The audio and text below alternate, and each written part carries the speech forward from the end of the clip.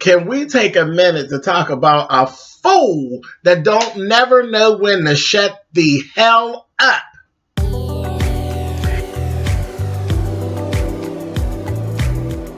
And I'm like, come on through, Cookie. I want to put my soapbox. That's basically it. Let's talk about drag and all its forms.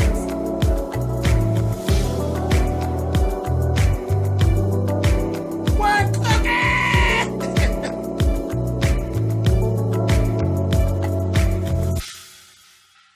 Hey guys, thanks so much for clicking on the video. This is my review for If Loving You Is Wrong, Season 3, Episode 12. Kelly, if you don't shut your ass up, she has the hardest time shutting up. I understand she's upset and she was in shock, but now you done went to sleep and you done woke up and you ain't in shock no more. If you don't shut your goddamn ass up, Kelly, you talking ass.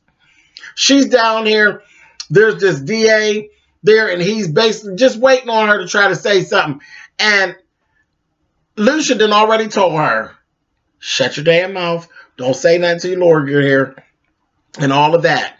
Everybody knows except for Kelly that Ian is not her lawyer anymore. So she finally actually learns this. She learns that Ian's not going to be her lawyer. She's still running around running her mouth. Still talk. Still want to talk. And Lucia kept saying, shut up. Shut up, bitch. Shut up. Want to talk. A mess. So they end up putting Lucian out of the room, naturally. Lucian talked to Ian. Ian told Lucian, you know, I got another guy for you, this, that, and the other. And I don't even trust that. Ian knows that Kelly's in for, you know, rough stuff. And remember, he did away with all that other stuff and all that. They setting her up real bad. Real bad, which actually tells about the character of all of these people. They're shady. They ought to be ashamed of their damn self. But anyway, Lucian's out there talking to the DA guy, and as they go through their conversation, he ends up finding out, he says, you know what, wait a minute, hold up. What church you go to? What do you mean, I don't go to no church? What church do your wife go to, you son of a bitch? Calvary. Exactly, you're biased. You don't need to be on the case either. She's innocent, and y'all are trying to railroad her, and y'all need to stop. It's ridiculous. The way that this church is tied up and the way that it's making people act. It's ridiculous. Absolutely ridiculous. Moving on to, let's talk about Alex and Brad. Brad done got over there and told Alex, he went over, he was standing outside, he's looking around, and as soon as he come out, here come old boy out the damn window and saying something to him. He's like, you know, I'm going to really fuck somebody up. That's what's going to happen. I could just see it coming, and I'm here for it. I'm just waiting myself to see Brad just go all the way off. Brad go back in the house, and he tells that damn Alex, I can't do this. And she's like, what? So is this how it's going to be? Or, you know, is this how it's going to be every time something happens and you're talking this? I said, girl, you got a lot of tube for a person who was squatting and sucking cock behind the house in the shed. You got a whole lot of attitude for a slick, quick dick sucker. Turn around there.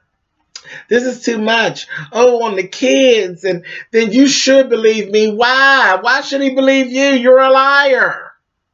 You're a liar. Every time you open your mouth, he wants to know, is you lying or you're a liar. Ridiculous. But he done told her he can't do it. He needs to leave. He really does. He needs to leave before he catch a case over there. But he ended up calling Marcy and told Marcy, you know, look, I can't do this no more. I said, Hey, Marcy scanning and grinning and ready to go. She'd have finalized everything with Ian about the house. And he done told her, yeah, you know, the investment was worth it. She's like, what's the investment? The investment. And her said, yeah, because you didn't need me for anything. She's like, you got the keys to the house by yourself. You took care of all the lawyer stuff by yourself. You found the house by yourself. You really just didn't need me. You really just threw money at me. He's like, yeah, the investment was worth it. I said, you better do it, Marcy. But now she's going to be conflicted again because Brad is back. She's going to mess around and miss out on Ian playing with Brad.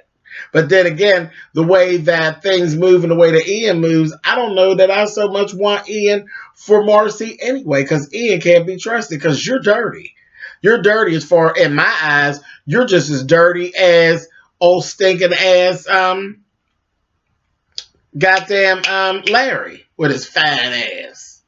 I said, So that's all a mess that's going on. Let's talk about Steven and Eddie. Steven and Eddie had a run-in. Baby. A mess. Steven now has to jump up on Eddie. Eddie doesn't believe. See, because Eddie thinks he's Mr. Good Dick. And he doesn't believe that Esperanza has actually busted wide open for Steven. But baby, Stevens, with that badass boy that took Esperanza and turned her little cuckoo inside out here, got her walking funny and acting stupid. And Steven stood up there and told Eddie, I am not scared of you. You understand me? I'm not scared of you at all. And he said, you go ahead. You was the toast in that man's toaster over there next to Lucian's house. You was the toast up in the toaster. You was getting it, girl. You was turning it out. And he's sitting there. He was so mad. He gonna say, go ahead. He gonna say, with your pretty little jailed up hair. I said, oh, no.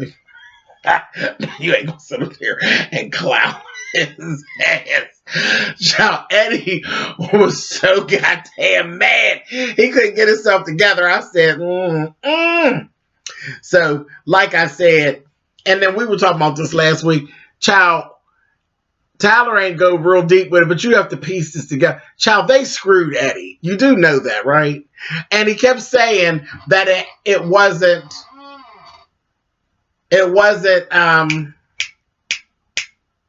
Randall, it's Larry. He's so goddamn mad at Larry because I think Randall just facilitated it. And I think Randall's more of a sit back, and this is how I view it. I'm just going to say this. This might get a little graphic for y'all, but this is how I'm going to say it, okay? Randall is Larry's man. You understand? Larry ain't up for none of that you being on Randall shit. So what I'm envisioning, Larry done did all he wanted to do to Eddie. So I really believe that, yes, I believe Randall fisted Eddie. I think Randall smacked Eddie around a little bit, you know, cracked him with a couple cat of nine tails on his ass or whatever. And I believe Larry actually screwed Eddie. I don't believe that Randall screwed Eddie, but I don't even know, Randall may not have even fisted Eddie. I think Randall probably did more hitting and knocking upside of the head of Eddie. But I know for a fact, I think that Larry done stuck his fist up in Eddie and stuck his everything else up in Eddie. And that's why Eddie is so goddamn mad at Larry, because he done deflowered him. And I believe that, you know, it's the other way around. Randall takes and breaks Larry off, and Larry's good with that. He is his, period. I would love to be a fly on the wall to see that go down. But anyway, don't judge me. I want to see, honey. I want to see what's going on. But anyway, that's the best. Tyler got this whole thing of all of this, the little rape culture thing he got going on. I can't really get with. I mean, when grown folks is doing what they do, I ain't a problem with that. With nothing that grown people do with each other. But that rape thing, I can't with that. It's creepy and it goes all through me. Anyway. Lucian and Eddie. Let's talk about them. They have this conversation. Eddie comes to Lucian and he basically, of course he's not trustworthy. We don't trust him as far as we can see him. But he's basically telling Lucian, you know, I'm really indebted to you, Lou, because I don't know how it ever got out of that. And I think he was really sincere about that part. But, you know, there's always another little something going on with Eddie. So he's not to be trusted. But Lucian's like, whatever, Eddie. I was just doing my job. And I really don't give a damn. I don't give a damn about you. I don't like you. I don't trust you. And I give less than a damn about what's going on. And then when he's going to look over there and get the grinning and say, you know, what grown men's is do when they about their business at night is their business. I said, oh, Lucian. I said, no, you didn't give what grown men's is due. I said, oh, I love Lucian. Child, that's so goddamn tickled. I said, child, everybody is clowning old Tenderhole, honey. That's what we're going to start calling Eddie. Hashtag Tenderhole Wedding. Child, they done just wore him out, Eddie. Oh, Miss Eddie. Anyway, Lord have mercy. So, let's talk about Esperanza and Kelly. Child, Esperanza goes down to see Kelly in the cell. I said, this bitch, she got more access to everything at the jail, the 911 center. That bitch just walks all around there all day doing whatever she want to do. I ain't seen the bitch take a call yet. Not one that she didn't make, and they just calling her back. So I'm so sick of her ass. Anyway, she go down there. Kelly still get. If she don't shut her goddamn mouth, she still. But I shot up. If you don't shut up down there, bitch. I said, oh, girl, whatever you get, you deserve. You're starting to get on my nerves, Kelly. Seriously. You're starting to get on my nerves, bitch. Anyway. And then I don't know who they think they playing games with. Esperanza's like, oh, I'll go pick up Justice. Child, Tyler, who are you writing for? Because you know, like I know, the moment that they booked her, the moment they say book them, Dano, children, youth, and services were at the school picking Justice up then. Ain't nobody had to go pick up Justice because the moment that they booked Kelly, Justice became a foster child. So, really? Come on, Tyler. Think. Who do you think you're dealing with? Anyway, Randall and Larry have this whole little meetup.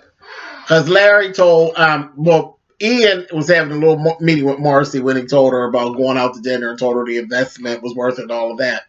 Larry came in and told her, I know you mad at me and everything. Don't fire me just yet. You can fire me after you see this next thing I do because I'm going to get him to sign these papers. Just wait. She like, whatever, you bastard. So he's like, okay, he goes down there. He's trying to get Randall to sign the papers for Marcy. And he's like, I'm not going to do it. I'm not going to do it. He said, I got these divorce papers and I also have the lawsuit papers.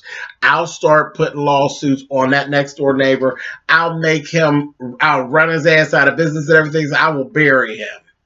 But I need you to sign these papers for Marcy. He was like, I'm not going to do it. I'll just hire somebody else. Said, you don't understand. She's pregnant by him. He's like, you're mad at her for what you did wrong. And he just couldn't get that. And he's like, listen, I ain't playing all these games with you. And he says something to him, and then the next thing I know, the two of them is going back and forth, and then he says, okay, he says, here, just sign these papers for me, that's fine. He said, if you don't sign the papers, I'm not going to do the lawsuit. So they went back and forth, and he was like, I'm not doing it. So he's like, okay, fine, here's the lawsuit, I'm doing it anyway, because that's his man. Child, so he's like, I need to read them because I don't trust your old, what did you say? I don't trust your old sneaky ass. He gonna say, you love my sneaky ass. I said, oh. More proof to the pudding, honey. I said, they got this whole little DL thing going on, don't they? They got a whole little download thing going on right here in front of our face, honey. Yes. I said, child, he signed the papers. And I said, he done did something with the papers. That signature is getting ready to be transposed somewhere else, but whatever. And he's getting ready to leave. He gonna say, yeah, okay, I'm out of here. He gonna say, when he shook his hand and that, he gonna try to pull him in and try to kiss him. I said, say, he's his man. That's his man. And then Brandon was like, go ahead.